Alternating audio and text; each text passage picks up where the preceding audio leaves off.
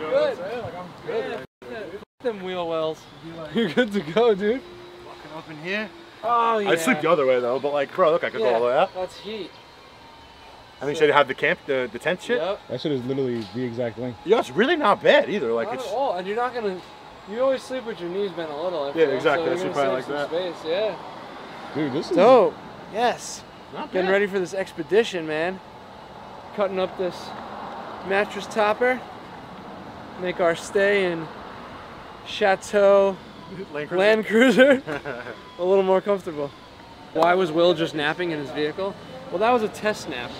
We're doing a dry run right now of all these kind of parts and setups and stuff because we're going on a nice expedition. So next week, from Sunday to Thursday, Will and I are going to be out of the shop. We're going to be traveling to the border of Canada and working our way down south through the state of New Hampshire, mostly off-road. It's a popular route. It's called the Trans-New Hampshire Expedition. So we're going to be on the road for about 3 or 4 days in and out of the woods. Just seeing some cool shit, man. Just tackling some really challenging trails, man. Some rock stuff, maybe a little water crossing. But it's really just about getting out there and getting back to kind of the primitive stuff. So we've been working really, really hard every day since we reopened after the pandemic. And I think we definitely need a little break. And there's nothing better than getting out in nature and just relying on those human instincts and just basic survival living. So we're excited about that. It's nice to kind of bring yourself back to earth, back to center, clear the mind, fresh canvas, and then come back to work and keep it moving. So we're excited for that. I'll be vlogging that. And yeah, hope you guys can tune in for that one too. It's gonna be a lot of fun. So we're getting the Pajero ready, or the Montero, I should say. And we're getting the Land Cruiser ready, and we're really excited. So stay tuned for this one. It's gonna be a lot of fun.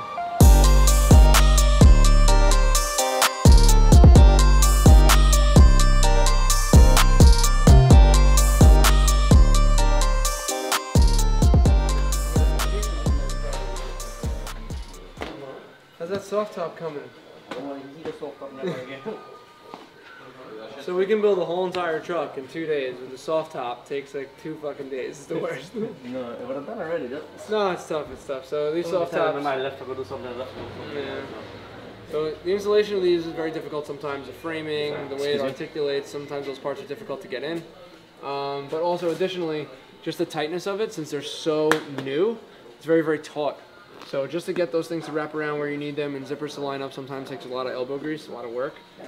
We also suggest when we're done with the install for the customer to leave it on the car and don't drop it down for a few days. Let the sun hit it, let it mold, let it cure, you know, sit nicely on the car and really take on to the shape of the vehicle. And then after that, you can start using it.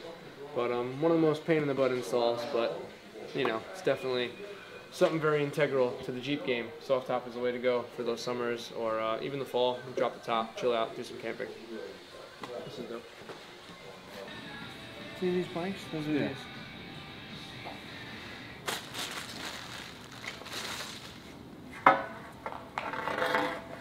So, oh, they're in here already.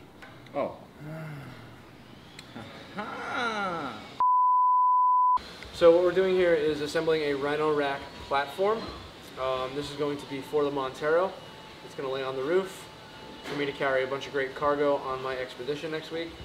This stuff is made in Australia, made out of aluminum, so it's lightweight and it's super, super strong. These are great racks because they're pretty expandable. They sell great attachments so you can carry like a high lift jack, you can carry rotopacks, you can carry all different kinds of things, which is wonderful. There's even mounts for shovels and light bars and all that good stuff. You can even mount a rooftop tent on top of this.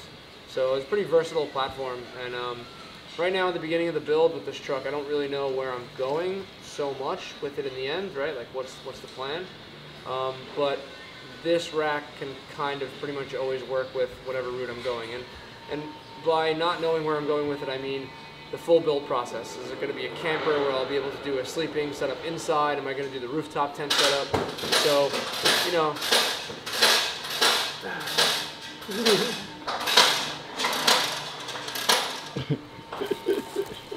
So we're going to see. But no matter what, I can always use this platform for whatever I'm doing. So I think it's a great addition to a truck.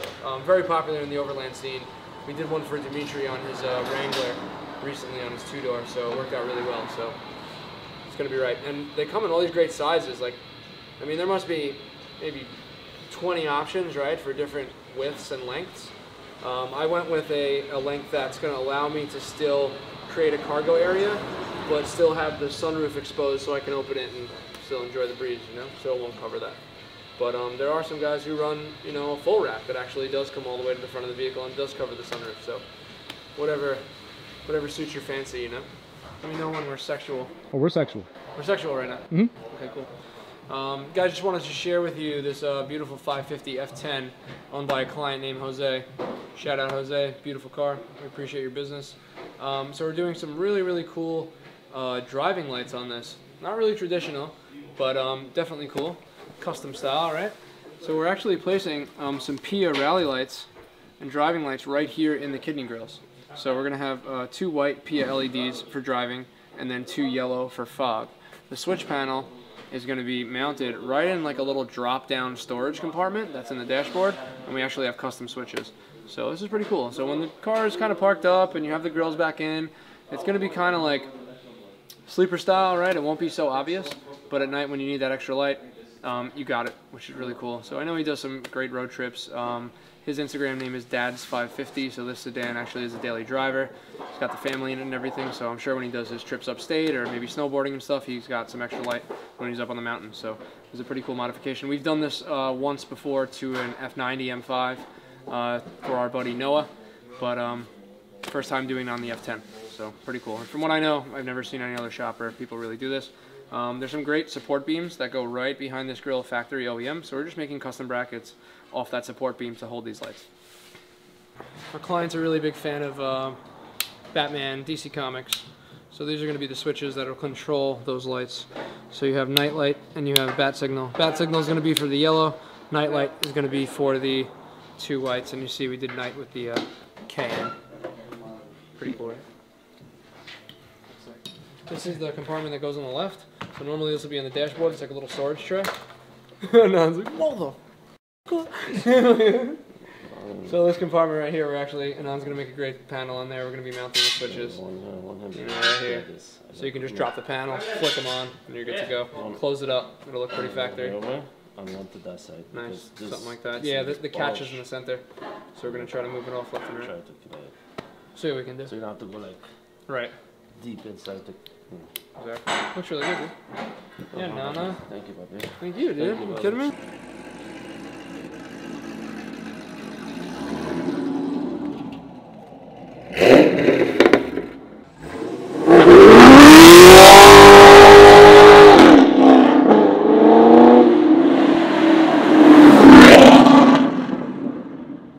Just wrapped up this JL over here. My customer's here ready for pickup. He's really excited. Just want to show you a little bit of how the lights work. Check it out.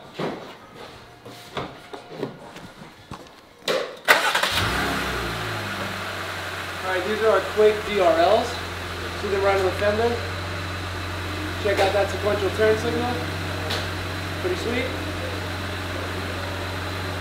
We have light bar, off.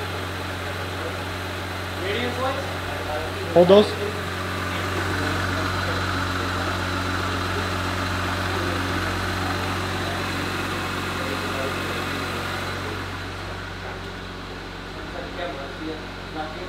Okay. Alright,